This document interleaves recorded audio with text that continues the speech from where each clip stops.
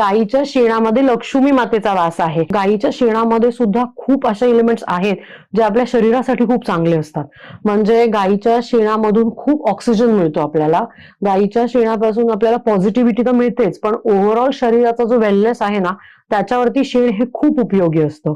So गायीच्या शेणामध्ये पूर्वीच्या काळी गायीच्या शेणाला सारवून त्याच्यावरती झोपायचे, तर त्यांना किती कमी रोगराई होती किंवा ओव्हरऑल वेलनेस त्यांच्या शरीराचा खूप चांगला होता, कारण ते नैसर्गिक गोष्टींकडे खूप छान वळलेले होते आपले लोक, जे आपले सगळे पूर्वीचे लोक होते ते. आणि गायीच्या खूप जवळ असायचे, कारण प्रत्येकाच्या घरामध्ये गायी असायच्या, दारात गाय बांधलेली असायची. जसं की गोमाय वसते लक्ष्मी असं पूर्वीपासून म्हणलं जातं. म्हणजे गायीच्या शेणामध्ये लक्ष्मी मातेचा वास आहे. तर आत्ताच्या काळामध्ये आपल्याला हे शक्य नाहीये, कारण आपण घर ही शेणाने सारवू शकत नाहीये किंवा घराच्या बाहेर रांगोळी काढायची असेल तर आपण सारवून रांगोळी काढू शकत नाहीये. मग ह्याला एक उत्तम उपाय म्हणून आम्ही शेणापासूनच्या रांगोळ्या बनवल्या.